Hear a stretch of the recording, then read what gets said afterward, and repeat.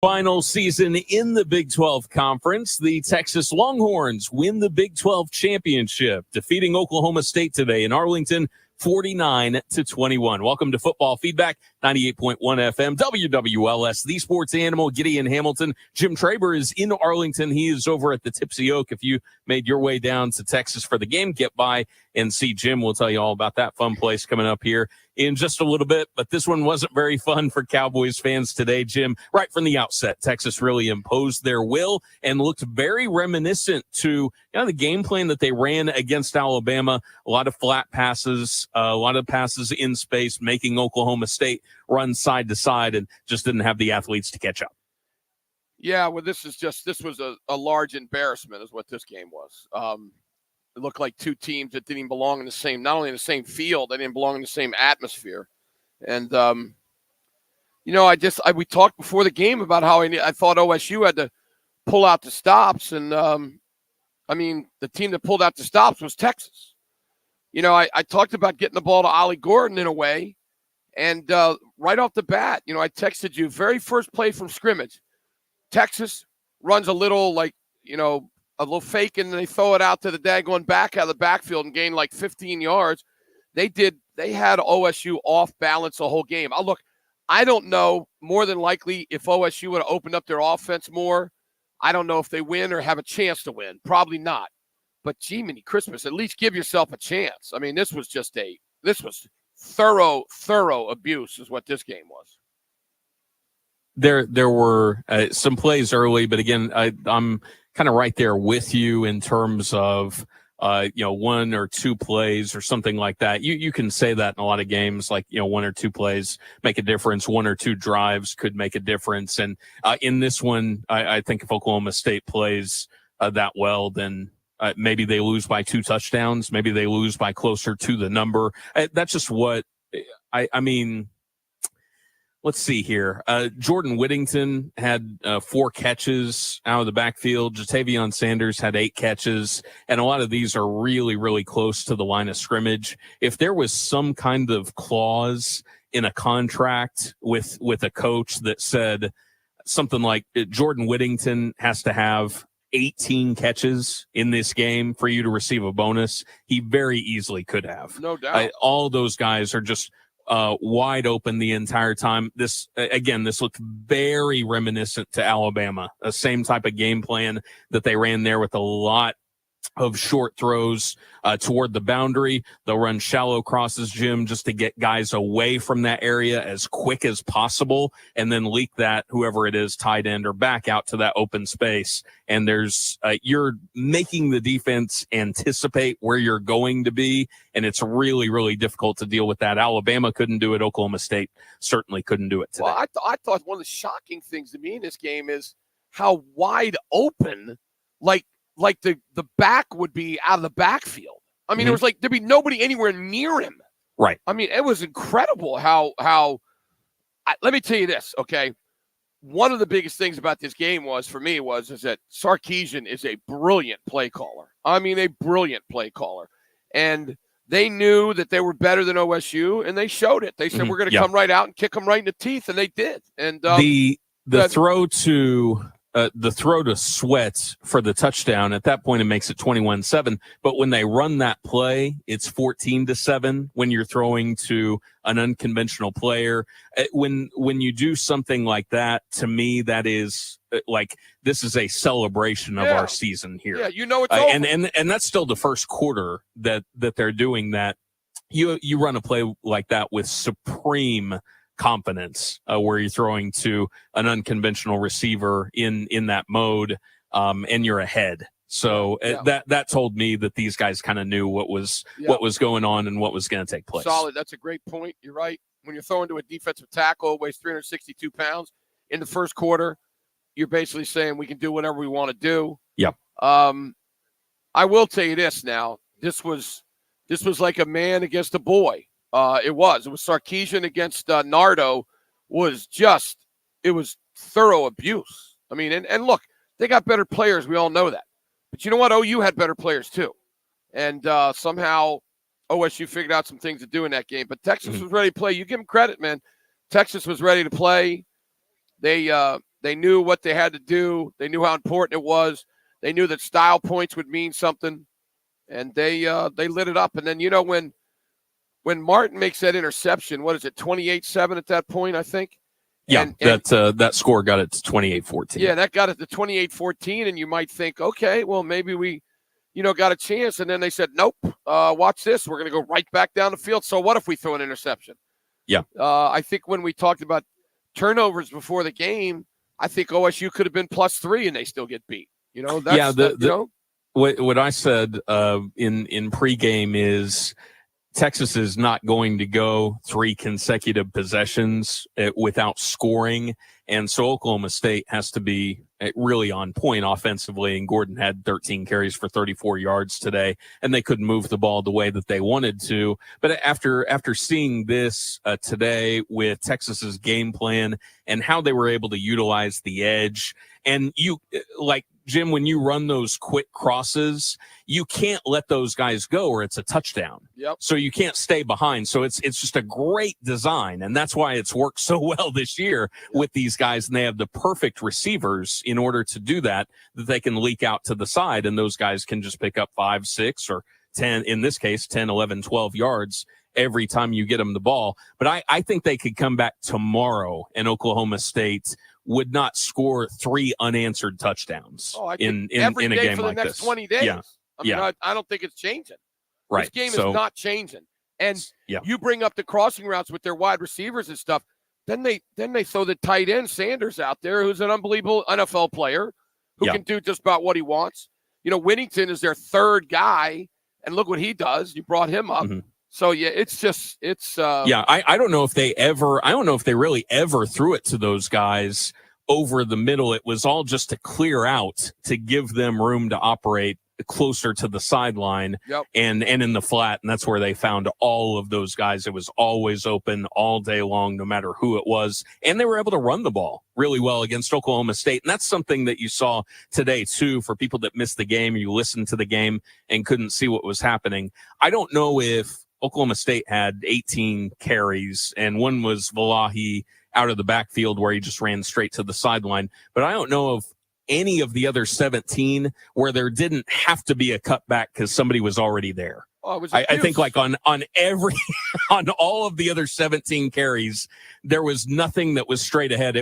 There had to be an instant cutback because somebody was in the backfield. There were, out of the 40 carries that Texas had, probably, I don't know, 35 legitimate carries there because you had to kneel down. You had a couple of scrambles.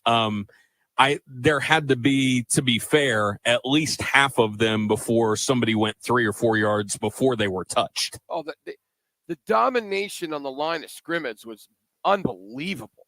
I mean, we knew that they were good. We talked all week about how good Texas was on the offensive and defensive lines, but it was just abuse. My boy Tom Brenneman is watching the game, and he's texting me, and he's going, Jim, OSU stinks. He did. That's what he texted me. Yeah. And I said, Tom, I texted him back. I said, Tom, they're not a great team. They just figured out ways to win, but it has come back to haunt them in this game. That's what happened. I mean, this was a mismatch, and Texas did everything right. The play calling was perfect. The quarterbacking, except the interception, was perfect. Yeah. They didn't drop balls. They blocked like crazy. It was just thorough abuse. There's no other way to put it. Third down was insane. They were 10 of 6. So get this, and Matt's going to run down the numbers for us coming up here in just a little bit. They were 10 of 16 on third down, which that's ridiculous. You rarely ever see a number like that. They're 10 of 16 on third down, and they were 2 of 2 on fourth down. Yeah. So that means they were 12 of 16 converting in those drives, in those moments, which there's nothing time? You can do there. I was sitting there with our program director. We're sitting in the press box, and I looked over at him, and I said, let me show you how Sarkisian is calling plays. And I closed my eyes and put a paper in front of me and just started pointing around like wherever. Like, I'll point at this when he called that play. Let me point at that when he called that play. Every single thing they wanted to do worked. Yeah. And OSU couldn't do anything. I mean, they couldn't do anything. So, yeah, it was – you know what it shows? 2 things. One, It shows what an unbelievable job this coaching staff did this year. Although I thought they were horrible today, but whatever. I mean, you're horrible when the other team does everything right. You know what I'm saying? And then the other thing it shows is that how far Oklahoma State is from playing with the big boys. So, I mean, it's just the truth. They really are. They're that far away. They got to get some better players. They got to get, they got to figure out a way to be able, when you got a running back like Ollie Gordon, you got to figure out a way to make a couple plays here and there with him. I did not like the way they started the game. They threw 3 straight passes and then punted it away. How about you throw it out of the backfield? Then, like I said, first play from scrimmage, right? First play from scrimmage for Texas. They run a little fake and they throw it out to the running back and he gains how many yards? 15, Matt. I don't even remember Matty, but it was 15, whatever. And then it was just abuse the rest of the way. Right. They eventually got Brennan involved, and Rashad Owens had a couple of touchdown catches, and Ollie had, 4 catches out of the backfield, but nothing on that first drive was, high percentage. They've scripted really well at the beginning of games, even though I know it didn't look like that because UCF, they had a turnover. Ollie, fumbled, and things didn't look good at the beginning of BYU and Houston, but most of the season they've really, really scripted out their first drives well, and that one was just kind of, I didn't understand that. Well, I said that you needed to set the run up with the throw. I don't mind that, but how about again you throw the ball to Gordon? How about that? Get him out there on the thing. I mean, I'll tell you right now, if I'm Casey Dunn, I'm watching this film and I'm writing down the plays that Texas used because somehow they were getting the ball to their running backs who aren't even close to being as good as Ollie Gordon, right? Right. Now the offensive line helps, obviously, but when you can't block people, you got to do things. I don't know what's wrong with me. Maybe I'm just a psycho, but I go back to the first play against Kansas State again, where they threw it out to Ollie Gordon, and boom, it looked beautiful and set the whole offense up. None of that today. None of it. But look, the fact of the matter is Texas is a lot better than Oklahoma State. It's a great year for OSU to get where they got to. It's a shame, as you brought up before, but you brought up before the game about how ridiculous it is that they do this unbelievable season and they're probably going to go to the Texas Bowl, which is a shame, but it's a great season. It really is a great season. The Pop-Tart Bowl. This is because we're so invested in this and we watch this. This is a lot like almost every year when somebody really good from the ACC would play Georgia Tech, or somebody that just kind of barely got there that was 8-3 or something like that, and you're like, oh my gosh, this is going to be horrible, and it usually was. And Clemson would win the game by 1 million, or the Big Ten game where somebody from that really weak division would play against Michigan or Ohio State or whoever it was, and that's kind of what this was like. You're a little bit more invested in this because you had seen everything good that Oklahoma State could do during the year, but really this was a mismatch on paper, and it was certainly much more of a mismatch when they got on the field today. Yeah, and just the play calling was just genius. I mean, I just stood up there, and I was in the press box going, look at, because I'm way up. You've been here before, way up, and you're looking down on everything. And I can watch the big screens and stuff, but I was actually watching the field as it set up. I mean, the things that they were doing to convince OSU that they were going to do something when they were really doing something else was just brilliant. It was brilliant. That running play that the number 7, the senior kid that ran for like 60 yards down the sideline. By the way, how can't they push him out of bounds? But anyway, that running play that they ran, that off, where you go back across the grain, it's incredible how they set that play up.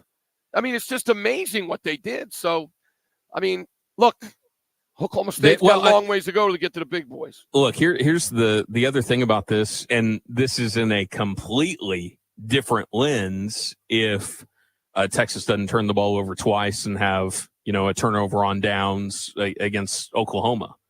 If they win that game by 10, then it's just like, okay, I hope you do go out there and you don't embarrass yourself, and you just try to keep it close and keep it competitive, where as people thought this was maybe a little bit more gettable today because they had lost that game and they had looked a little bit more human in some of the other games they played the second half of the season. But if this is, a 12-0 Texas team coming into this game, then I think it looks a little bit more daunting. And I think we're talking about this team in a completely different light now than if this happens and this happens, then maybe they get in, versus after this performance, you're looking at it and going, hey, this team is really worthy to be a top 4 team. Yeah, it's interesting you say that, because I was sitting up in the press box and I started thinking about what you just said. And I got to tell you something. I just think today was more about OSU being an average team. I really do. And I know Texas is good. I've been talking all week how good Texas is. I just don't know if they're Georgia good. I don't know. But, hey, I hope they get a chance. I mean, I do. I want to see Georgia beat Alabama just because I love greatness, and I'd love to see, them trying to go 31, 32 in a row. And if that happens, obviously Texas will not get in. But if Michigan wins, no, maybe they will if Florida State loses. That would be cool if Florida State loses. But, yeah, I'd like to see one of these teams game plan, Michigan, for instance, game plan what Texas does, because Texas obviously relies on a certain style of play in games that mean something to them.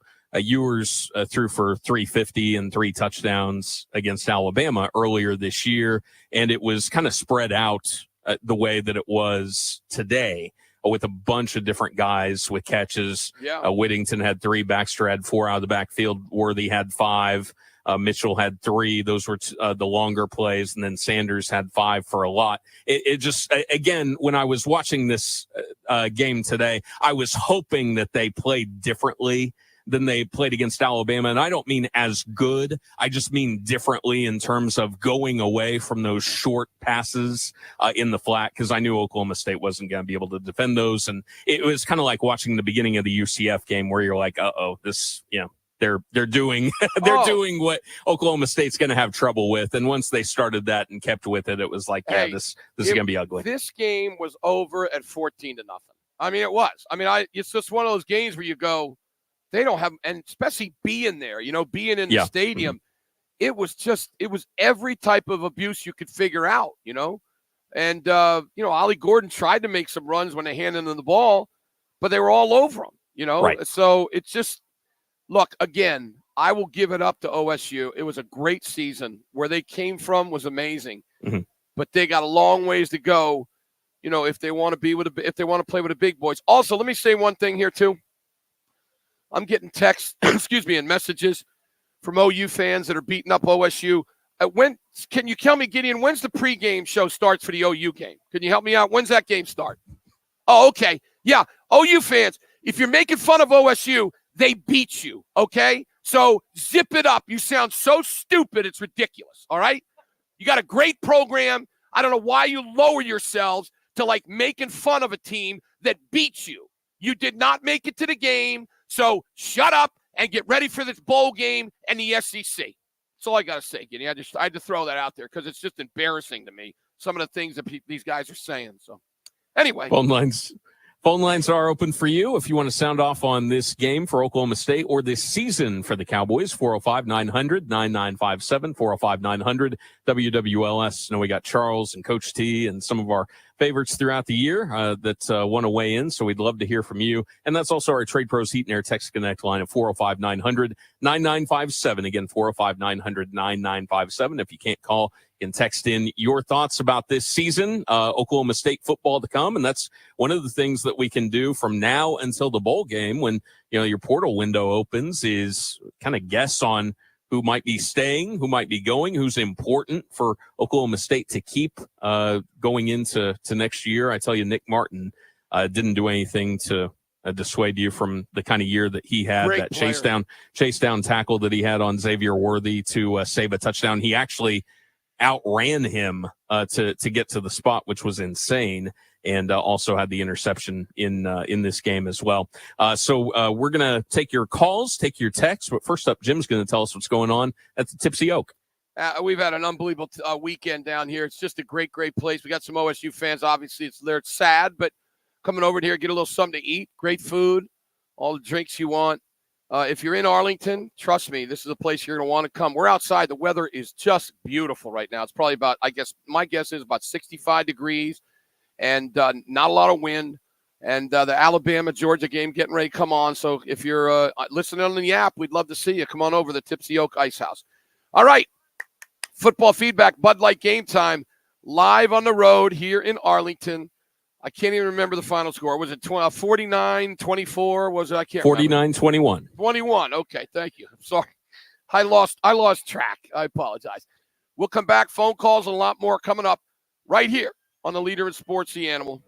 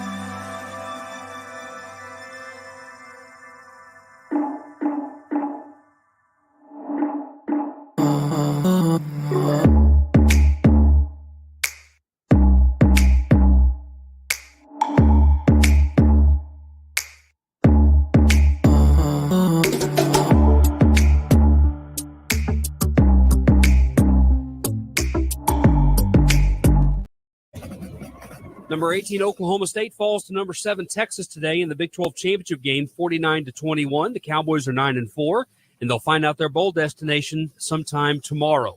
One other championship game going on right now, second quarter Mountain West Championship. Boise State leads UNLV 21-14. Top of the hour, 3 championship games get going. Number 1, Georgia meets number 8, Alabama for the SEC title. The American title, number 22, Tulane and SMU. And the Sun Belt Championship, Appalachian State will take on Troy. 7 o'clock tonight, number 2, Michigan meets number 16, Iowa for the Big Ten Championship. ACC title game tonight, number 4, Florida State, number 14, Louisville. The MAC championship goes to Miami of Ohio. They beat Toledo today 23-14. Yesterday, number 3 Washington beats number 5 Oregon 34-31 for the Pac-12 championship. Also yesterday, number 24 Liberty wins Conference USA. They beat New Mexico State 49-35. Broadcasting sponsored by Parish Devon, official personal injury lawyers of the Oklahoma City Thunder. Visit pepperwinds.com. WWLS-FM, The Village, Oklahoma City, the sports animal, a Cumulus station. Who went the Eskridge Mile? Sponsored by Eskridge Honda. Going the Eskridge Mile for you. Eskridge Honda on I-240 or eskridgehonda.com. Live on the sports animal, it's football feedback and Bud Light game time on the road. Ezra. Back here on Football Feedback, 98.1 FM, WWLS, the sports animal, thesportsanimal.com. And, of course, the Sports Animal app. Gideon Hamilton inside our Sports Animal studios. Jim Traber is at the Tipsy Oak in Arlington. The Big 12 championship game in the books. Texas takes it home 49-21. The Longhorns finished the regular season 12-1 overall. Now they await some of this action that is this afternoon, and probably more importantly for them this evening, to see if they're going to have an opportunity to play in the college football playoffs. Still an outside shot in terms of who went the Eskridge Mile. Jim, I'm going to say those Texas receivers today, Adonai Mitchell, Jatavion Sanders, Xavier Worthy, Whittington, those guys were all over the field. And they had plenty of room to operate. But if there ever was a question of whether they were going to be stopped short, those guys always got a couple extra yardage they needed for key first downs to keep the chains moving. Yeah, and I think they had close to a mile of receiving yards, so that's perfect. They went the extra mile. Yeah, it just wasn't good. You know, I was really concerned before the game about the defensive backfield for OSU here lately. They've been letting guys run, and look, Ewers is not a superstar, but he's pretty good, and he got the ball where he needed to. And those guys caught it. And, boy, they run with the ball really well after, don't they? Really well. There was nothing huge downfield in this game. Those long plays were short throws that developed into plays that were big chunk plays, and Texas had several of those. They had that today. one long pass to Mitchell. Remember where they threw it over his shoulder, and I think he right. got down. Yeah, that one. Other than that, yeah. 2, 3, 4, 5, 6, 7, 8, 9, 10, 11, 12, 13, 14. They had 15 plays at least that went for 10 or more yards, and I'm sure they had more than that, but those big chunk plays of 20 or more, they had 5 of those in today's game. By the way, real quickly, I wanted to pass this along for people that don't have the ability to know what's going on. Robert Jones's Del City team, unfortunately, in their 5A game, they've turned the ball over 3 times there, and Carl Albert with a 28-14 lead over Del City with 10 minutes left to go in that one. Well, if you turn it over against big-time teams, we talk about it all the time, you're not going to win. Carl Albert's a big-time team, so that's a shame. It'd be nice if they can come back, but if they don't, it's still a great season for them. Did an unbelievable job. Great job. We'll be able to give you a final a little bit later on. Phone lines open for you, 405-900-9957, 405-900, WWLS. Gideon Hamilton here in studio. Jim Traber over at the Tipsy Oak. And Jim, anything further before we head to the phones? Oh, I don't know. Now it's time to see who they're going to try to keep in the portal. I think that should be the thing that starts tomorrow. Better be talking to guys like Martin and Gordon, some of these other guys. Now, the other thing I was going to say, too, as far as Texas, I wonder how badly Worthy is hurt. Yeah, so he came out with crutches and a boot, but sometimes they're going to put a boot on you for a really bad sprain or something like that. So I don't know, but you could see that in real time. It happens so close to that first down cam that you could see it happen, Yep. and it was a really bad ankle turn It looked bad, at the very least. It looked bad, and look, very rarely when it's your ankle that you don't break anything normally, right? But you can tear up some daggone ligaments and things. So, hopefully he's a good player, man. Yeah, he's a junior. I remember there were rumors that he might be looking at USC in the offseason, deleted all his Texas stuff, but came back, and that ended up working out pretty well for him, I would say. So, yep. I thought that was cool what they did for the Brooks kid at the end of the game. Did you see that? Yes. Arch Manning. By the way, did you hear the crowd cheer for Arch Manning? I mean, we got no idea if the dude could play dead, and they're cheering for him because they ended up getting him. But yeah, when that very last play when he took a knee, if people don't know, they brought Brooks in and they handed him the ball. Yep. Just like he had torn his knee up. He's like a big leader of the team. So I thought that was kind of cool. But just this is what happens when the team that has a lot more talent plays really well. That's what happens. Mm-hmm. I mean, it's the definition of this game. When the team that is better plays really well, you're in trouble. And I thought OSU did nothing at all to really challenge them. Next thing you know, the game was over. So, yep, same thing will happen if Michigan plays well against Iowa later on today. Yep. In any circumstance that you're going to run into. Right. All right, let's head to the phones and let's start things off with Aaron. Aaron, you're on Football Feedback. Go ahead. What's up, Jim? What's up, man? Hey, man. Well, first off, OSU fan, but got to say congratulations, Texas. You hit the nail on the head. Better team won. The best team in the conference won. So tip your hat to them. There was no question. I don't think anybody would have challenged them outside of OU, and that was early in the season. I felt like Texas actually got better, especially after that blowout at Texas Tech. They just had all the steam. And like I said, man, OSU didn't have the horses. And kind of speaking, I was in an establishment talking to some OU fans, and, you get a lot of the clowns on here. But they said they didn't want nothing to Texas today. Texas was hitting all cylinders. That's not to say that OU couldn't challenge them. But speaking on the fans, all these OSU fans, man, they're getting they need to climb back off the edge. They're trying to fire Gundy and all this stuff. Well, and this is a player. Nobody on that field besides the players and the coaches want to win more than they do. All the fans manifesting their emotions through the players.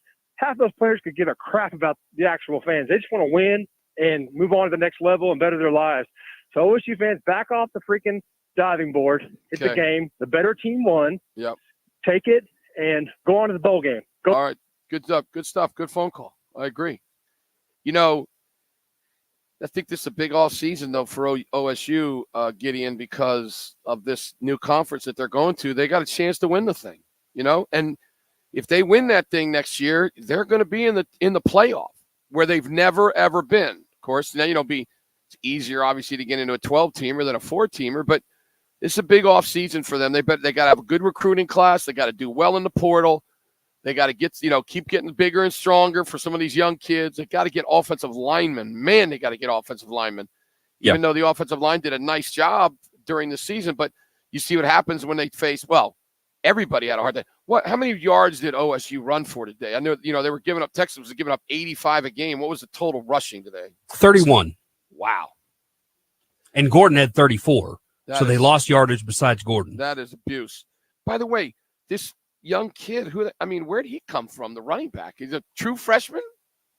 Valahi is a true freshman. He came out of Salt Lake City. And so we heard before the game, remember that Jaden Nixon was out. That wasn't good. I mean, he's a solid player. He wasn't going to change the result today. But Elijah Collins was warming up. He had been hurt and was obviously still too injured to go. So Valahi played, I want to say, toward the end of the UCF game, toward the end of that blowout, they gave him 4 carries, and that was really the first that we had really ever seen of him. Yeah, that's right. That's actually the only action he had gotten all year, and he's quick.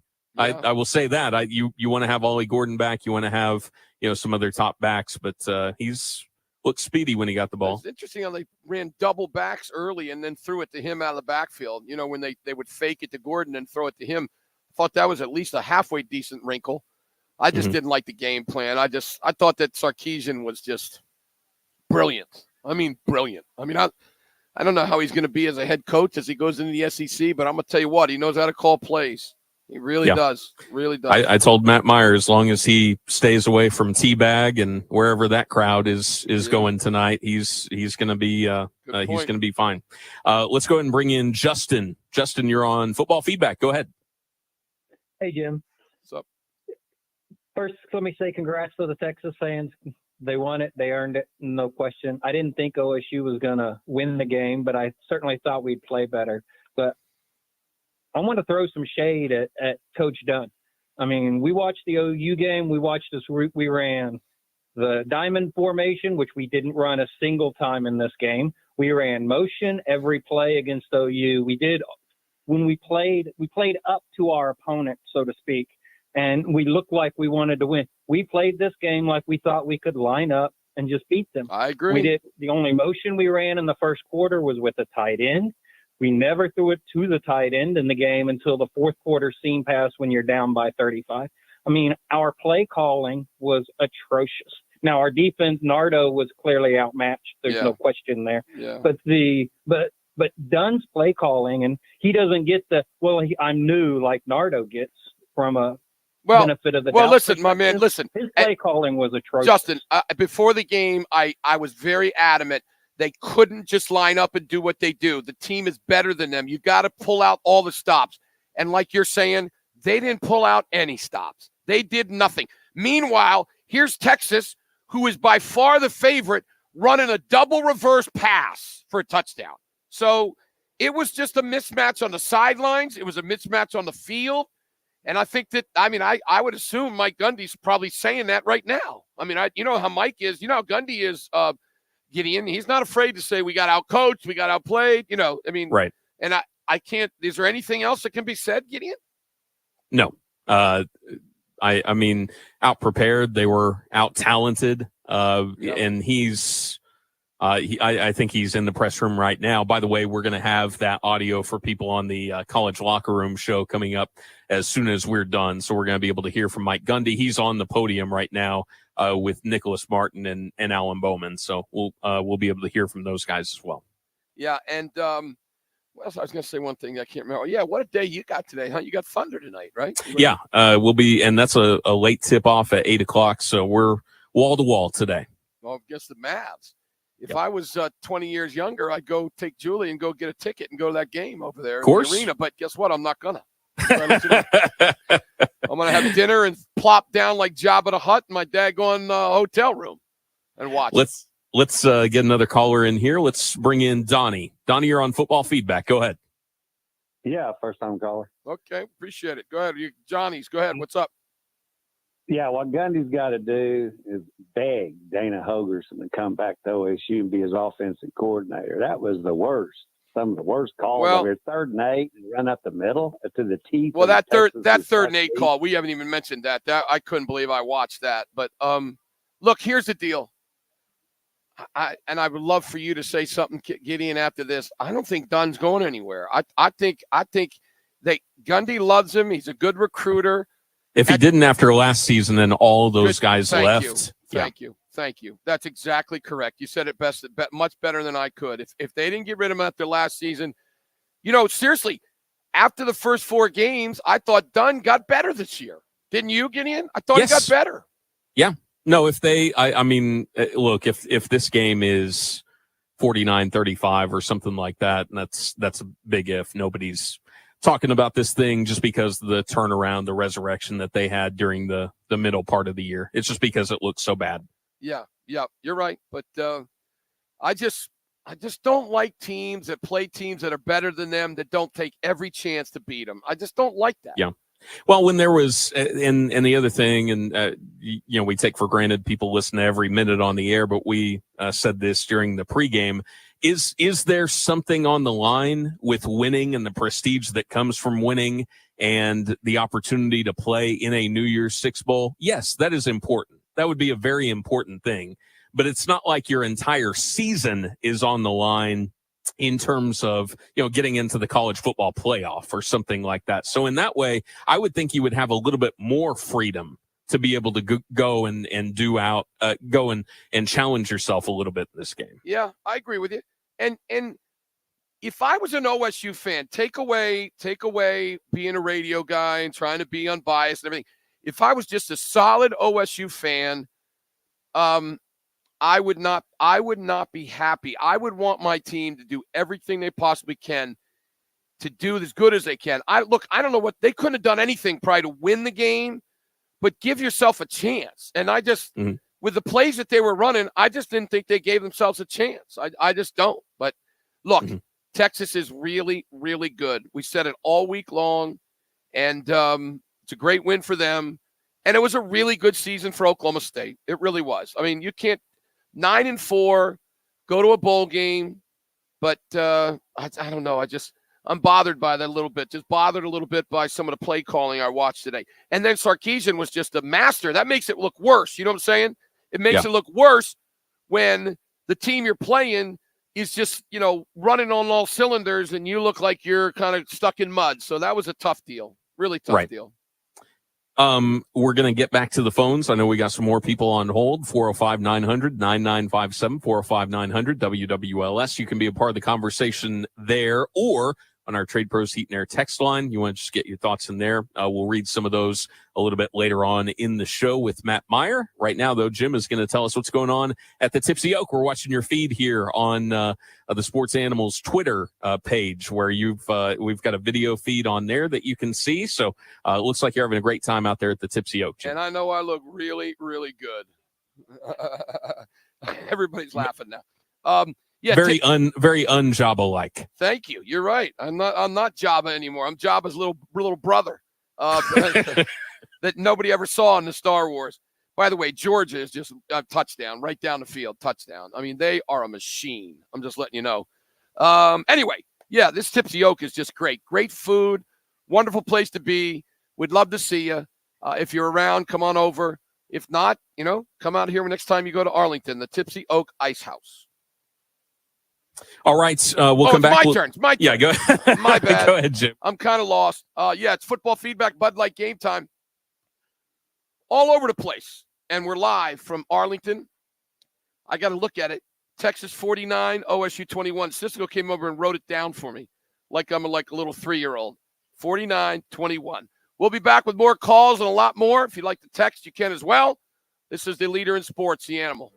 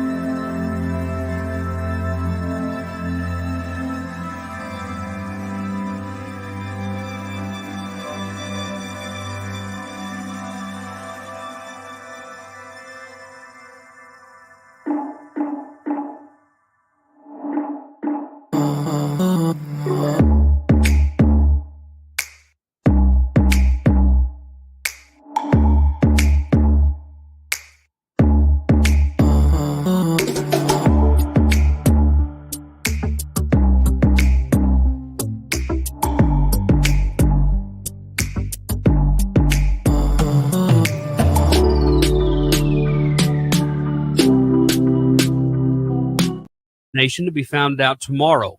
Going on right now across the country, Mountain West Championship. Boise State leads UNLV 31-14. That's in the second quarter. Like Jim mentioned, in the SEC Championship game, number 1 Georgia leads number 8 Alabama 7-0 in the first quarter. Also in the first, number 22 Tulane leads SMU 7-0. That's in the American Championship. Sun Belt Championship, no score first quarter, Troy and Appalachian State. Later this evening, 7 o'clock, number 2 Michigan plays number 16 Iowa in the Big Ten Championship. ACC Championship game, number 4 Florida State, number 14 Louisville at 7 o'clock tonight. Earlier today, Miami of Ohio won the MAC. They beat Toledo 23-14. A couple of games yesterday. Pac-12 Championship, number 3 Washington defeated number 5 Oregon 34-31. And the Conference USA title game, number 24 Liberty beat New Mexico State 49-35. Football feedback and Bud Light game time on the road. Sponsored by Remington Park Racing and Casino, QC Kinetics, Bob Moore Kia, Air Comfort Solutions, Oklahoma Port Council, Aquascape Pools, and Allison Insurance. Who engineered the winning drive? Sponsored by Medco, the best source for geotechnical engineering and construction materials testing in Oklahoma. Who engineered the winning drive? On WWLS, the Sports Animal. Football feedback rolls on here on the Sports Animal, 98.1 FM, WWLS. Gideon Hamilton in studio, Jim Traber at the Tipsy Oak in Arlington. The Texas Longhorns have won the Big 12 championship, 49-21. They defeat Oklahoma State today, and this one's easy. Who engineered the winning drive? This was the first drive of the game for Texas, and Jim, it occurs after a mistake with kick-catch interference running into Xavier Worthy, and this puts that first Texas drive at the Oklahoma State 39-yard line. Ewers to Baxter for 17. Keelan Robinson runs a couple of yards, back to Baxter for 10 yards, and then Mitchell 10 yards from Quinn Ewers. 4 plays, 39 yards for Texas. It was a 7-0 lead, one that they would never relinquish. That's the play. That's the play I'm talking about. The first one to Baxter, 17 yards. I mean, it was just a brilliant, brilliant game plan. And, yeah, then you go 7-0, and the next thing you know, then it goes 14-0. And then OSU scores to make it 14-7. You think, okay, that's nice. Mm-hmm. And then before you could take a breath, it was 21-7, right? Then 28-7. And then if Ewers doesn't throw an interception, you know, that made it 28-14. So it looked as if OSU, they're playing from behind, but they were playing from behind, but it never felt like they could get there, you know? I really never felt anything. Yeah, Texas had one punt today. Yep. That was their first drive of the second half. Yep. The game ended when they had the ball at the end. Auburn's streak ended when he missed that field goal right before halftime, 19 in a row. And then they had the pick by Nick Martin, and that was it. So Texas one punt today. One punt. Crazy. Crazy stuff. Let's get phone calls going again. Let's start things off here with Brad. Brad, you're on Football Feedback. Go ahead. Hey, guys.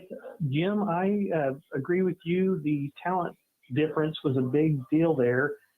I'm an OU fan, and I will say OSU saved OU a pretty good beating today. But I think the big reason Oklahoma's going to the SEC is they realized they weren't getting the defensive players they need to win a title. And OSU's recruiting is very, very low. How would you ever feel that they will ever get to that point that they can win those big games? Yeah, look, dude, it's a great point. And this is unfortunately a long-term question. Oklahoma State is one of those schools that can get to a really nice level, but can they get to the high level? Very few do. And someone will bring up TCU, but you notice what happened. TCU was just an anomaly. They come back this year, and they don't even go to a bowl game. So if things work out for Oklahoma State where you get a Brandon Whedon, and remember, they were lucky to get Brandon Whedon, right? I mean, it wasn't like they went out and out-recruited everybody. He was an OSU guy, plays baseball, then he comes back to play, and he's better than anybody thought he would ever be. That's the kind of thing. You got to get some luck when you're in Oklahoma State to get to a high level. But the good thing is OU and Texas are leaving, and now they're going to be one of the big boys. So if you can win the league, once you get into a playoff situation, you never know. You never know what can happen. But they are, unfortunately, they're a ways away from playing with the big boys. They just are. I'm not trying to be mean. They're just a ways away.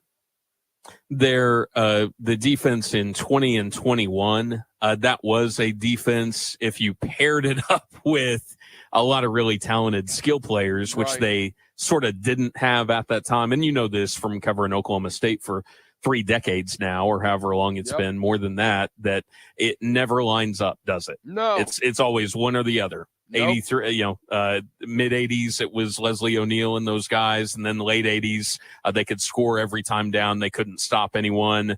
It's been kind of on and off here. And the latest version of that was 2021 when they had probably the best defense outside of, that 83 team I think we've ever seen at Oklahoma State. I think that's very well said, Gideon. And you know who does line up? The really big dudes, right? Yeah. I mean, that's who lines up and wins. Yep. Look at Oklahoma. I know people don't want to talk about them, but look at Oklahoma. They've had some of the greatest offenses you will ever see in your life, and they haven't won a national championship since 2000. So it is really, really hard. That's why, 25 years ago, I went on the radio, and I wasn't trying to be a jerk, and I said, OSU will never win a national championship in football. And I mean, I got obliterated. I mean, everybody came after me like you've never seen. Well, when Boone Pickens decided that he was going to spend all that money and make things better, I came on the air and I said, you know what? I might end up being wrong on that prediction because of that. But where we are now, Gideon, I'm still right. I would like to see OSU have a chance, but they're just going to have to get better, and it's going to be tough. It's just going to be tough, man. It's tough. And now you can actually literally, logically say this on the air. They're going to spend some money or to get some money together. Amen. Yep, you're right. Let's head back to the phones. Wade has been hanging on. Wade, you're on Football Feedback. Go right ahead. All right, thanks for taking my call.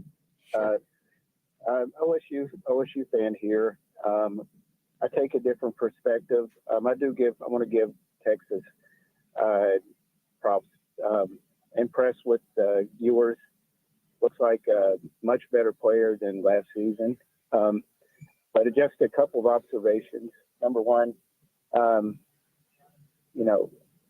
not being overly homer, but OSU losing 12 transfers for most teams, including a team like OU, it would probably decimate their team. I will give credit to the coaches for coaching the team that they have, playing the hand they were dealt, and succeeded. This was a successful season. Probably a little bit of a letdown with the losses to UCF and South Alabama, but you play the hand you're dealt, and I think they overachieved in that way. And going forward, recruiting is critical. And so just wanted to give my 2 cents, and thank you for taking my call. All right. Let me ask you a question about recruiting coming up here in just a little bit, but I thought that was good perspective there by Wade in that early in the season, especially after a close loss to Iowa State, for instance, you're thinking, gosh, how great would it have been to have J.P. Richardson or Stephon Johnson, have those guys to throw to, or have Mason Cobb, to try to keep that, drive from continuing or something like that. We went from that to 5 or 6 weeks later saying, how much do you think those guys wish that they might have stayed? Yeah, good point. And maybe, they might have made an incredible financial decision, and maybe every single one of them is happier where they're at. But I don't think any of them anticipated that the situation they left, especially when they saw what happened the first 4 weeks of the season, was going to turn into what it turned into. And Oklahoma State had a lot more successful season than a lot of those other teams did. Let me ask you about recruiting now. Is it still more important to out-recruit everybody in the portal because you're getting a known quantity, or can you make some inroads with high school recruiting because everybody else is so focused on the portal? Well, obviously, high school recruiting is not as important as it used to be, but it's still very important. There's no doubt about it. You got to look at the short term and the long term. But the problem is when you look at the long term, who knows if you can keep them? That's the problem. You go out and get a young high school kid. He comes in, and maybe he's not happy and he leaves. Well, you just messed your daggone recruiting class up, right? So the portal and recruiting is huge for OSU. They got to get better, and they got to keep these players. I don't know who's going to leave, but what if I told you that Ollie Gordon and Daniels both go to the NFL draft, Martin goes somewhere else, and Ollie Gordon goes somewhere else? You think that's going to hurt him badly, Gideon? Of course. So we don't know. Maybe all 4 of them stay. I don't know the answer to that. We're going to have to find out. But I think Wade, I want you to know, I thought your phone call was right on the money. We started off this show by saying exactly what you said. This was a tremendous year. I'm not ripping OSU here. I just don't think they gave them their best chance to win today. And even if they did, they still probably would have lost. That's how good Texas is. But I just don't like that attitude. I don't like the attitude. I said this before. It looked like if you would have been dropped from Mars into that stadium today, you would have thought that Texas was the underdog. That's the way I felt. I think Texas coached the game like their hair was on fire, and OSU was like, okay, well, I think we can do this, and I think we can do that. No. Mm-hmm. Do great. Get after it. Go after it. And I just think they didn't do that. But like you said, Gideon, they might have done that and still lost by 2 touchdowns, right? I mean, you just don't know. Don't know. I think Texas had superior athleticism and talent at almost every position and coaching on the field today. Everything. Yes. Every part of the game was superior. Yeah. And, so that's a tough way to – it's tough. Usually you're not gonna win a lot of games like that. But what had conditioned us to that is this is the same Oklahoma State team that we had watched all year long, where they go into games and they're losing these games as they're going on, and they find a way to win. Exactly. So we think that they're gonna figure something out here, and that's exactly they're gonna keep right. it close. Hey, I'll tell you this: OU's got as much talent as Texas does, or at least close, right? Mm-hmm. And OSU beat them, So, but I will say this: Texas.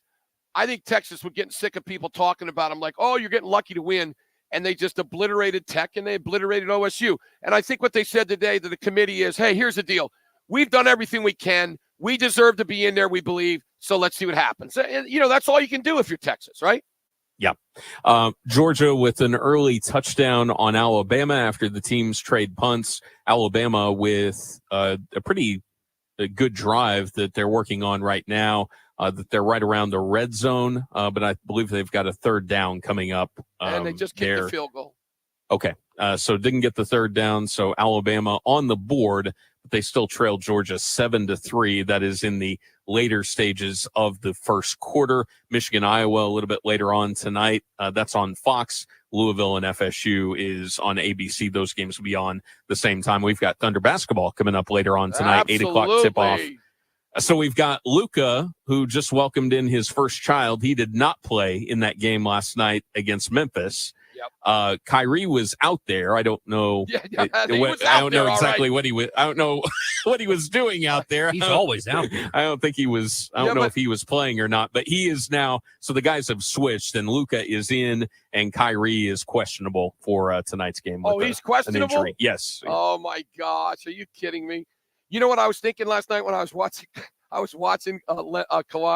When I was watching him, I was thinking about my man Deontay Johnson for the Steelers, who just stood there and watched the fumble roll by, and he didn't even move. Did you guys see that? What he did? I did not. No, I didn't see that. What happened? Gideon, look is your computer in front of you? Yeah. Do it right now. Look up Deontay Johnson and fumble, and just I don't know what else you would say, but it was the worst play. Matt Meyer, did you see it?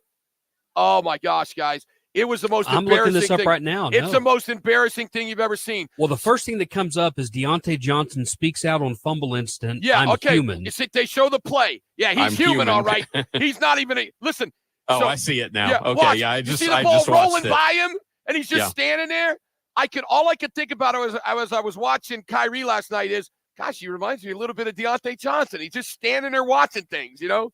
But what Deontay Johnson did was just embarrassing. And but yeah, so is Kyrie. Kyrie's a good embarrassment. But yeah, I would like to see them play tonight, to see the Thunder. It'd be great, wonderful to see them go on the road and play that full speed team, because the Dallas has played well so far. Are they better than you think, Gideon? They're starting to come back to earth a little bit. Right. They beat a lot of teams early that very much like the Thunder, teams that you should win against. And gosh, Luka was shooting like crazy early on in the season in terms of their percentages, and they've kind of come back to earth. They've lost 5 of 8, so they're down to 11-7. I think the Thunder are a pretty heavy favorite tonight. The last time I saw was around 5 or 6 or something like that. So this second night of a back-to-back, especially after you get blown out by Memphis, we're going to find out how much pride they have early in the season. Yeah, Memphis. Jeez. By the way, there are 24 teams that are playing tonight. There is one team that has no injuries. Oklahoma City. Wow, that's a great stat. I like that.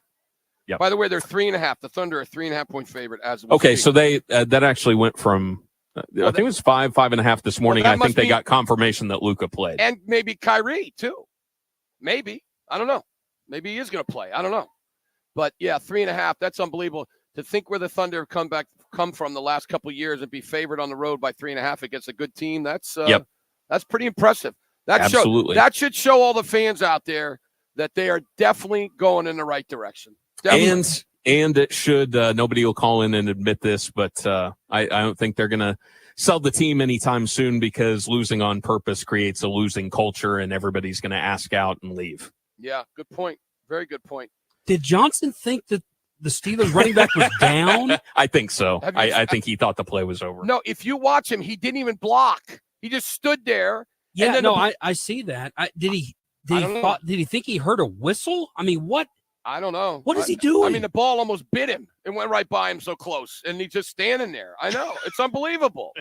And his head was turned that way, too. It wasn't like he was looking at the sideline. It's ridiculous, man. Jim, what the hell is going on with your boy? I mean, what? Listen, man, I'm telling you, we got Pickens, who is a superstar that complains every single game. You got Deontay Johnson. He's not even watching the game when it's going on right next to him.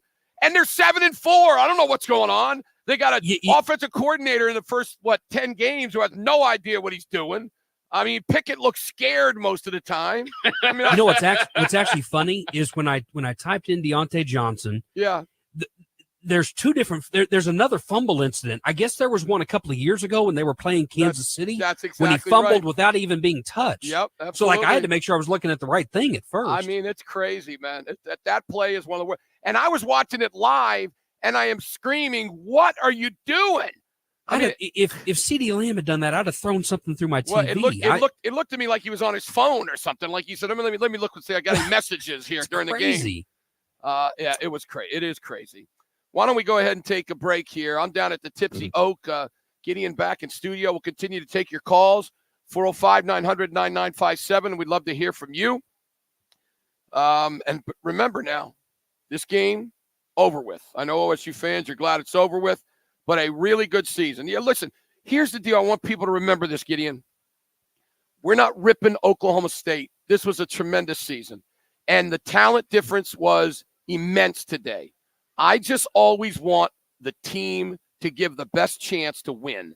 And I just don't feel they did that today. I just don't. And people can disagree. We'd love to hear from you. If you want to call me, I'd love to hear from you. Anyway, it's football feedback. Bud Light game time. Texas 49, OSU 21. We'll come right back. Mr. Gideon Hamilton leading the show on The Animal. Don't go away.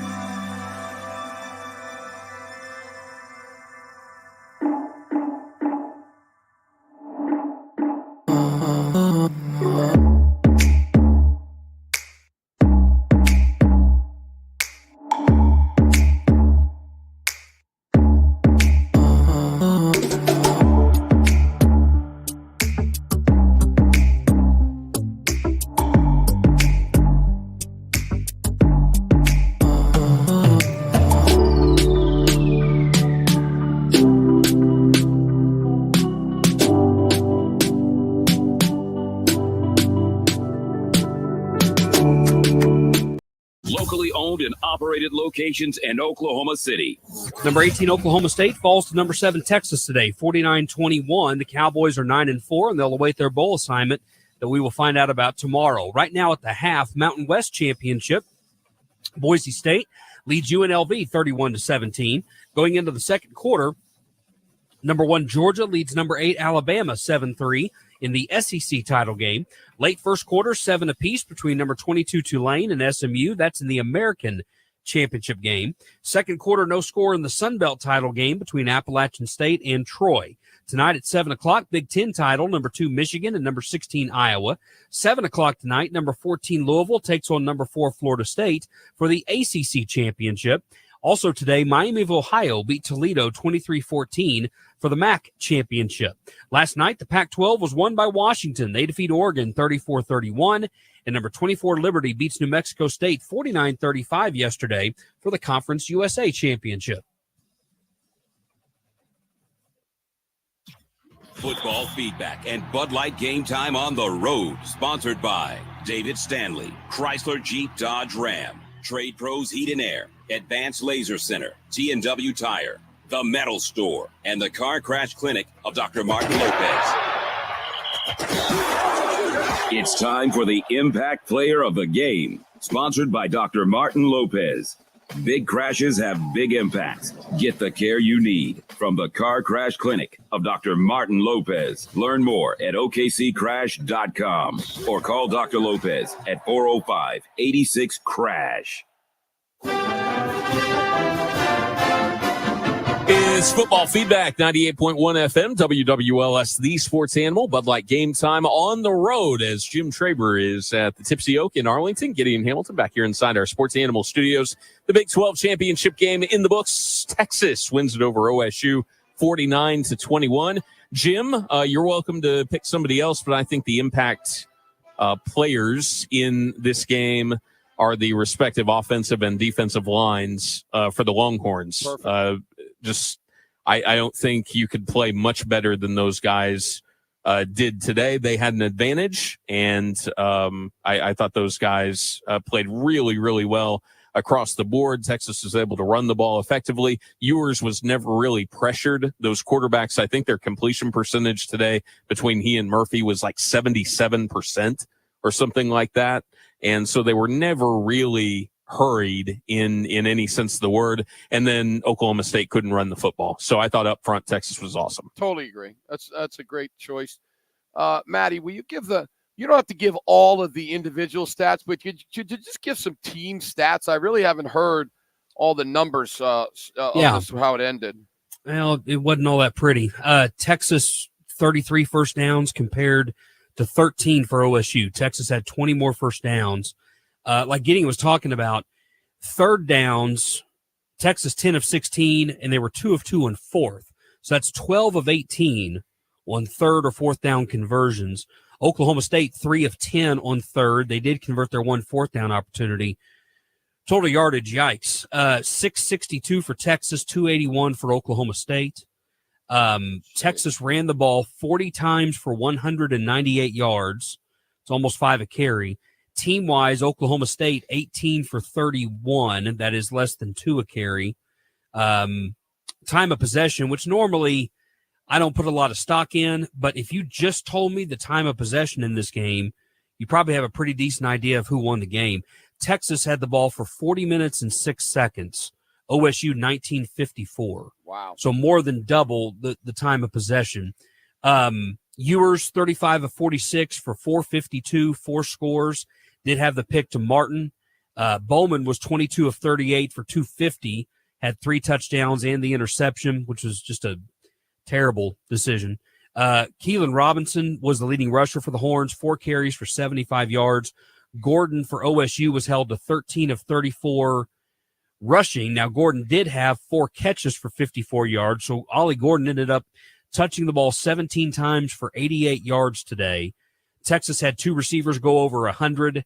Adonai Mitchell had 6 catches for 109. Jatavian Sanders, 8 catches for 105, and both guys had a touchdown.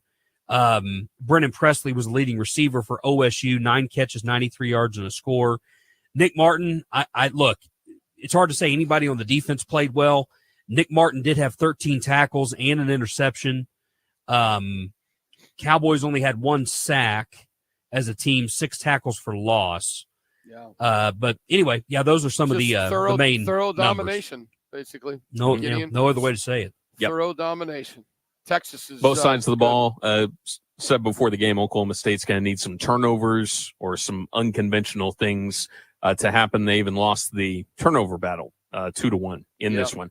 Before we head back to the phones, we got a few people that are still on hold that are wanting to talk to Jim here. It is final in the 5A championship game. Carl Albert defeating Del City 35-14. That is the 18th state championship for Carl Albert. And, of course, Brent Venables and Murray and Finley and Luttrell all at the game. They got a number of OU commits there that are playing for Carl Albert this season. But Robert and the Del City Eagles, Robert, of course, our colleague and the normal co-host of this show. He's done a fantastic job this year. He's also done really, really well for us, works really hard at this job, and we're happy to have him on board, and we're pleased to see him have such success with the Eagles this year. I mean, 13-1, and you lose to guys possibly, I don't know, Mark would be the authority on this, possibly the best Carl Albert team ever. That's one heck of a season. It's an amazing story, what he's done this year. And, we always – Remember when the Buffalo Bills went to 4 straight Super Bowls and people called them losers? Remember that? Yeah, which is absurd. I mean, it's dumb. And it's the same thing here. I mean, he had a great season. He just happened to run into a big time football team. So yeah, congratulations to him. He had a great season. Very happy for him. Let's head back to the phones. We're going to start things off with Mike here. Mike, you're on Football Feedback. Go ahead. Hi, fellas. How y'all doing? Good. Good. So my question is you guys were talking about the portal. I don't know what kind of money OSU has, but with OSU and OU and Texas leaving, it kind of makes me think that, with all the Pac 4 and 5-star players always looking for a place to play, it might help OSU. Well, I mean, just want your it could. But it's the money. The money is the problem. OSU does not have the money that these other schools have. I mean, you heard Matt Rule this week in Nebraska say, well, a really good quarterback goes for $1 million or 1.5. OSU's not paying a quarterback $1 million. They don't have it. Now, if Boone Pickens would have stayed, if he was alive, if this was 10 years ago, then they'd be right up there with everybody in the whole country. Right, Gideon? But they're not. Mm-hmm. So, unfortunately, that's where we've come to. It's all about a money situation, and it's going to be hard for them. But they got to work on keeping their own guys. Go ahead, Gideon. Jim, I wanted to ask you. That's okay. I was thinking about it. It's funny because I heard you say that the other day. Honest question. I'm not trying to start. I'm not trying to start anything here. I remember when Boone was alive, there were a lot of people who said when he passes away that a lot of people expected him to just leave the mother load to the university. And again, I'm not trying to start anything. I'm asking a legitimate question. Did that ever happen? He left. The way I understand it is he left a very decent amount for the university. But first of all, it wasn't all for football. And secondly, it's one of these deals that goes little by little. Remember something. When Boone Pickens was passing in the process of, when he got sick, Gideon, you know this, and he was passing away, we didn't even know about NIL then. Right? We didn't know. That's right.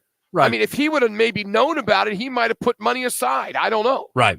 But unfortunately, it's not just sitting there waiting on the NIL. But there is money. Matter of fact, what was it getting? Was it just $100 million or something was just given, right? I'd have to look it up. I don't know. I'm asking because I remember that was the talk that, someday when he would pass away that he was going to, leave a lot of money to the university. And I literally didn't know if that ever happened. I don't know if anybody really knew that unless they were like his wife or somebody. But, but I do know he left a lot of money for the university. I just think it's one of those deals that comes in increment. 120? Yeah. Okay. He just gave $120 million.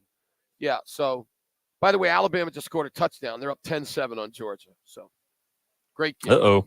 This is like the old Red Sox and Yankees, man. That's what this is becoming. Georgia and Alabama. It's big time. If Alabama wins this game and something happens to where they get in, you want to talk about that 4th and goal from the 31. All of a sudden, that becomes legendary. Oh, that yeah. play. Great point. Yeah, you're exactly right. You know what else becomes legendary? Texas letting OU go the length of the field in like 30 seconds. Seriously. Right. Yeah. So, yeah. No, you're right. Because if I don't know, man. I don't know what's going to happen. But Alabama, Texas, that's going to be a big old brawl. We'll be talking about that for a long time. Maybe because this is just my opinion that Texas should be in ahead of Alabama. I just can't imagine being in that committee room and someone not standing up and saying, fellas, what are we even talking about here? Yeah. Texas beat them on the field. And I understand the argument from the other side that you can't just put too much emphasis on one game, that you need to look at the entire resume. I understand that. I just got to think there's going to be somebody in that room who's going to stand up and be like, guys, what are we even I don't know. And that's assuming Alabama wins this game, and this game is a long way from over. I know that. Yeah. Well, I don't disagree with you, Matt, but the world's not fair, And you're right. The SEC has a lot of power. I understand that. Yes, But I will say this, though.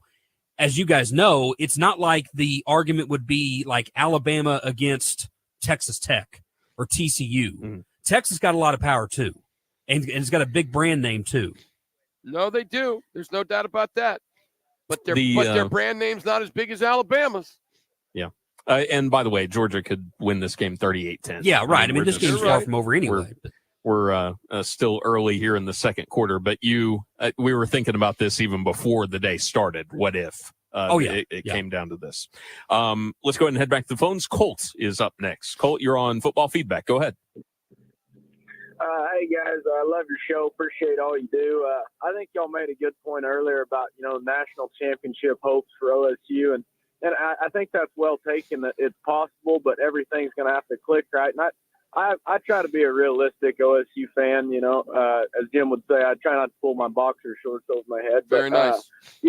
I'll always hold to it that I think that the 2011 team was the best team in the country that year. I believe that. I think if there would have been a playoff, but a lot of things went right, like Jim said, with Whedon and Blackman, and LSU and Alabama had great defenses that year, but I think OSU, on a neutral site, they beat them. I think that defense caused turnovers and that offense was unstoppable. So I don't know what y'all think about that, but I think that's what has to happen. Things have to click. And last thing I want to say, Jim, I messaged you a minute ago and you about the Kirk Ferentz comparison to Mike Gundy, and I just kind of wanted to get y'all's thoughts on that. What made Mike that way with, they had high-flying offenses with Holgerson and Monken and then turnover defenses. But do y'all not agree that he kind of wants to be a Kirk Ferentz type that, maybe not that, on defense? Yeah, maybe not that far, but listen, he is very conservative, and it's interesting because you would think, Gideon, that an ex-quarterback would not be real conservative, right? He's pretty conservative guy, isn't he? Well, and I mean, again, he's not calling plays. He's got final say on everything, but he knows the guy that he has in place and his tendencies at all times by this point, right? From the amount of years that they've worked together. And so he could have more input if he wanted to. But no, I think he wants to try to control things. I think earlier in his career, from everything that we've heard for his time with Les Miles, he wanted to be more assertive back then, especially when they had some incredible skill players. But it was just a different system. And now I don't think he's anywhere near where Les was, but I do think he wants to try to rely on ball control a little bit more. Yeah, he does. I will say this too. If I was the head coach and I was Mike Gundy and I was an offensive guy and I saw the game plan that they were getting ready to throw out there today during the week, I'd have called him into my office and said, let's mix it up a little bit more. I'm not saying I'd call the plays, but I'd say to him, hey, I want to do some more things. Let's talk about this, that kind of deal. And that's because they really don't have that superstar wide receiver that they've had there. So you don't have that just default deep ball threat. So I do think you have to be a little bit more, not inventive because everything has been done, but you have to access some things that you probably haven't done a lot during the season in order to give teams different looks. Yeah, I mean, when you go into a big game, you want to show at least 2 or 3 different formations and probably 4 or 5 different plays that you haven't run all year long, And I'm sorry, I didn't see that today. I just didn't. I didn't see it. So, but anyway, like we said, they could have done it. They might have played a perfect game and called a perfect game and still lost by 2 touchdowns. Yeah. So, you know what I mean? Yeah. But I just, I don't know. I just wasn't in the very beginning of the game. If you were up there sitting next to me, I can just tell you I was not real excited about some of the things I was saying. I can imagine. Yeah. I can imagine. Let's bring in Chad, who's been hanging on for a while. Chad dropped. We've got phone lines open for you, 405-900-9957, 405-900-9957, 405-900-WWLS. That's also our Trade Pros Heat and Air text line as well, if you want to text in your thoughts about this game any today. Text messages, Maddie? Do we have any text messages at all? Not a lot that are worth reading. Okay. Let's see. I think you guys were talking about this. Big 12 most wins. Bob Stoops 1. Bill Snyder's 2 for the time being. Gundy will pass him probably next year. He's going to pass Bob Stoops too, eventually, right? How many is behind him?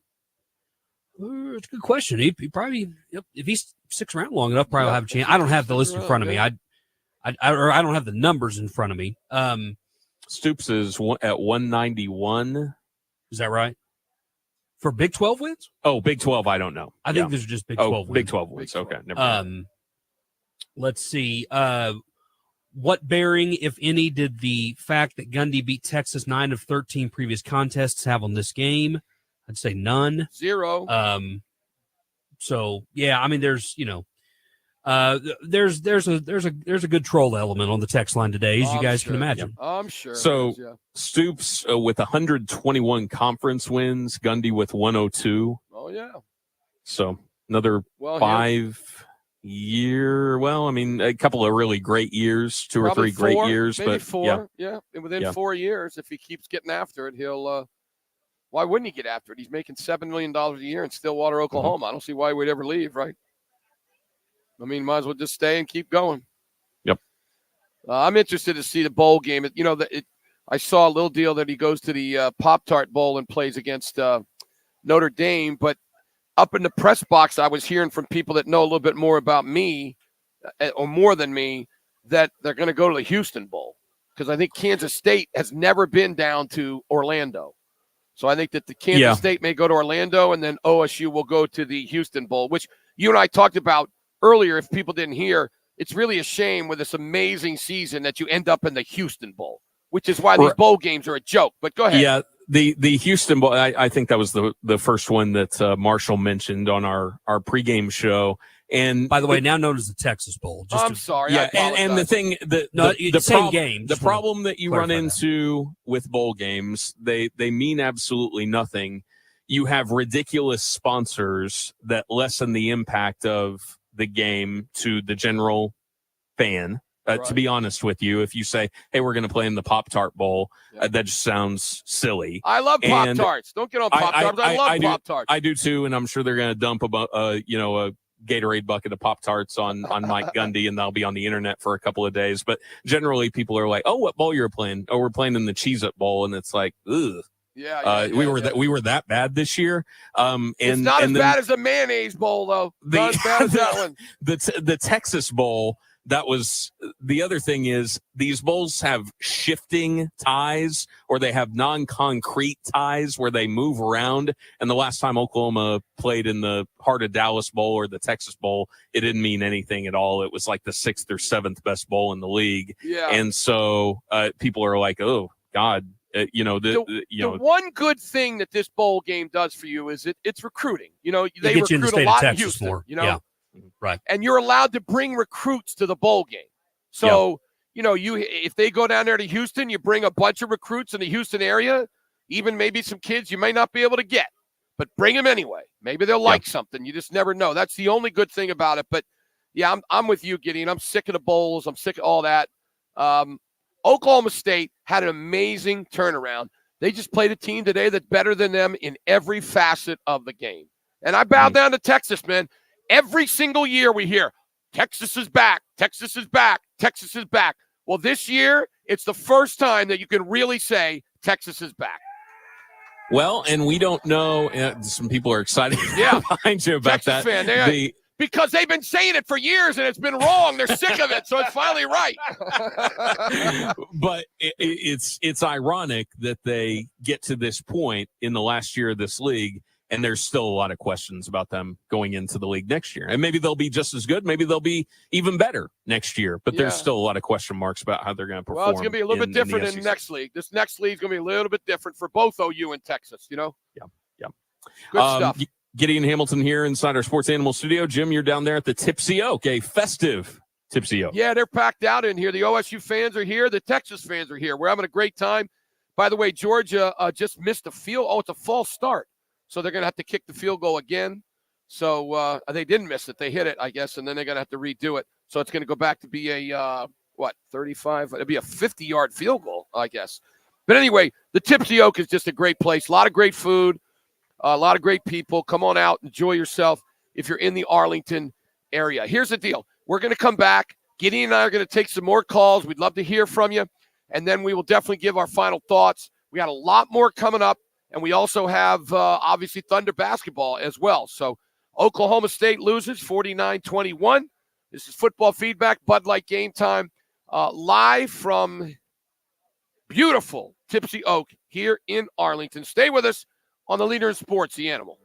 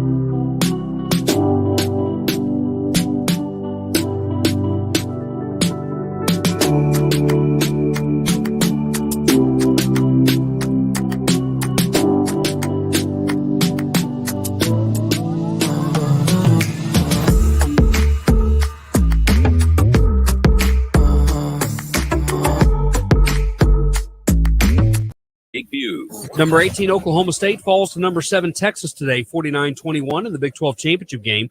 Cowboys are 9-4, and they'll await their bowl destination. Could be the Texas Bowl, possibly the Pop-Tart Bowl, something like that for the Cowboys. We'll find out tomorrow. Championship games going on right now. Mountain West Championship, Boise State leads UNLV 31-20. That's in the third quarter. Second quarter, number 8, Alabama leads number 1, Georgia 10-7. That's in the SEC title game. American Athletic title game, 7 apiece. Number 22, Tulane and SMU. That's in the second quarter. Also in the second, the Sun Belt Championship game, 7-0. Troy leads Appalachian State. Big Ten Championship tonight at 7 o'clock. Number 2, Michigan takes on number 16, Iowa. 7 o'clock, number 4, Florida State plays number 14, Louisville. In the ACC Championship game, MAC Championship game, Miami of Ohio leads beat Toledo, 23-14. Games yesterday, the Pac-12 Championship, number 3, Washington defeated number 5, Oregon, 34-31. And the Conference USA title game, number 24, Liberty beat New Mexico State, 49-35. Broadcasting sponsored by Parish Devon, official personal injury lawyers of the Oklahoma City Thunder. Visit pepperwinds.com. WWLS-FM, The Village, Oklahoma City, the Sports Animal, a Cumulus station. The hardest working player of the game. Sponsored by Oklahoma Farm Bureau Insurance. From livestock to equipment, they have you covered. Visit okfbinsurance.com to find an agent near you. Live on the Sports Animal, it's football feedback and Bud Light game time on the road. Ezra. Sports Animals coverage of the Big 12 championship game rolls on, and after Jim and I are done here, we are going to hear from the head coach of the Oklahoma State Cowboys, Mike Gundy, and some of their players as well, as Matt Meyer has compiled some audio from postgame after today's Big 12 championship game loss to the Texas Longhorns, 49-21. The final score, this is a 35-14 game at the half. A dominant performance by Texas as they have to hope for a lot of chaos to take place for them to work their way into the college football playoff. Who knows? Maybe some of that is going on right now with Alabama on top of Georgia, 10-7 in that game. Of course, we've got Michigan and Iowa a little bit later on. Florida State barely a favorite against Louisville in the ACC championship game. So a lot has to happen. We will see. Right now, before we get to the hardest working player in tonight's game, we'll take our final call of the show, and that's going to come from Jason. Jason, thanks for calling in. You're on Football Feedback. Go ahead. How you guys doing, man? I love listening to you guys. Thanks, man. Doing good. So my question is going to deal with the quarterback situation down at OU. I talked to Jim the other day. We're pretty much in agreement that Gabriel's going to go or Arnold's going to go. Only one of them is going to most likely stay. But I just got done watching this Carl Albert Dale City game, and this Carl Albert quarterback is signed a letter of intent down to OU. And they're going to be pretty stacked. The kid has some good wheels and a pretty good gun on him. So just trying to figure out, with the whole SEC thing going on, are we really worried about a quarterback? Or in your opinion, do we need to beef up our offensive and defensive line so that we can deal with the monsters in the SEC? Okay, well, here's the deal. There's no doubt that they have to get better on the lines. I agree. I think they need to hit the portal really, really hard. But quarterback is the end all. That's all there is to it. You're not going to win. You want to know why Alabama's playing for this championship? Because at the beginning of the year, Milroy stunk, and now he's playing great. That's why. You know why Texas is where they are? Because Ewers has gotten better and better and better. It's all about the quarterback nowadays. That's all it is. So the OU has to have a great quarterback if they're going to play with people in the SEC. Same with Texas. The interesting thing about Georgia is, Stetson Bennett and this Beck kid, neither one of them are superstars, but they're both really good. And then Georgia's got people everywhere. They're putting 7 dudes in the draft every year. If OU and Texas get to the point where they're putting 7, 8 guys in the draft every year, well, then you can have just a good quarterback. But look, I don't know about the Carl Albert kid. I don't know. Gideon, do you know a lot about him? Sperry, no, he's a good athlete. He had a great game today, and there's a reason why they recruited him and wanted him to play there. He's a good player. He's not going to come in day one and start next year. No, but Arnold is, I think, got a chance to be special. I'm not saying Sperry doesn't, but you really would like to keep Arnold. I mean, you really, really would like to keep Arnold, just like I think OSU would like to keep this Flores kid to see if he's any good. Yeah. So I understand the offensive and defensive lines are really important. Hit the portal. They got some good kids coming in. OSU needs help on those two as well. Those are two big things for both schools. Appreciate all the calls today. In terms of hardest working, I'm going to circle back around to that. There's a couple of things that I wanted to make sure that I mention when I think about hardworking guys, and that is something that happened earlier in the season. And whenever I think about this year, it's not going to be about any kind of result in particular.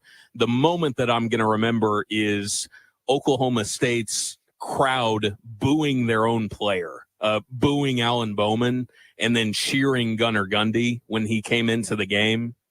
And what happened in those first 3 games, with Bowman getting cycled out and Ollie Gordon not being able to get the carries that he knew that he deserved. And when you come to that point when you're facing adversity, those guys could have been, well, screw this. I'm out of here. We're at the 4-game level and I'm going to go somewhere else. I know there's financial implications with that, and they might have been better served to just stay put. But still, those guys could have mailed it in. They could have handled themselves a lot more poorly in a public way. Alan Bowman could have at the very least been a smart aleck about this once he started winning games. But those guys handled themselves, I thought, with a true sense of character as the season went along. They worked really hard. They didn't let any of that stuff that happened early on in the season bother them. And because of that, and due in large part because of that, the team got to where they got to. The hardest working player of today's game was Nicholas Martin. I hope that he stays a Cowboy for as long as he is in college. Him tracking down and having the speed to track down Xavier Worthy on a play where the game is in danger of kind of getting out of hand. That kind of shows you that's that 2-star to 5-star makeup. Gundy recruits all these 2-star guys and turns them into, because of their aptitude for the game and because of how hard they play and their recognition of what it takes to win in college football, that is what that play exemplified to me. And he had a ton of tackles. Again, he had a lot of solo tackles and he was all over the field. That was my favorite player of this year for Oklahoma State, if you want to put it in so many words. But my favorite moment was watching Ollie and Allen, after what happened earlier this season, just keep their heads down, do the work. And I think that's why this Oklahoma State team got where they got. Beautifully said, Gideon. Very, very nice ending. I'm going to let you go ahead and go. I know you got to get the pregame show is going to be starting here in about, 2 hours? Yeah, I appreciate it, Jim. So get yourself and rest a little bit, get something to eat, and you and Ravis get after it, okay? All right, we'll talk to you later. Thank you. Gideon Hamilton, unbelievable job all year long doing OSU and, of course, continuing to do the great things for the Oklahoma City Thunder. And, of course, where would we be without Mr. Matt Meyer back in studio? Higher up than what you are. Job. No, we would never be any better. We couldn't be. And you've got a lot of great tape coming up, right? Yeah, we've thanks to the guys at Pistols Firing Blog. So we'll start off here in a few minutes with the press conference at the podium, which that included Mike Gundy, Nick Martin, who you guys were just talking about, and Alan Bowman. We've got a lot more players and coaches, both coordinators coming up. So we've got plenty of post-game audio to carry you through until we start Thunder pregame tonight at 6:30. Beautiful. Hey, I want to thank all the great fans that came down here to Tipsy Oak thank you very much yesterday and today. And I especially want to thank the Tipsy Oak. Hey, hopefully Oklahoma State in the new Big 12 will be really good and we'll be coming down here again. So very, very good stuff. I know it wasn't the best ending for OSU, but a really, really amazing comeback season from where they were after the first 4 games. Thanks so much to our man Josh Lupton. What an unbelievable job he does setting everything up. Cisco, my boss, I have to suck up to him and tell him he did a good job, even though he doesn't. But we appreciate him so much. And, of course, Randy McDowell, who was down here, too, doing a big, big help. Oklahoma State loses to Texas 49-21. And we'll be back on the air Monday. I promise you. God willing, I will be there. Have a wonderful evening. Still coming up, more football feedback right here on the leader in sports, the Sports Animal.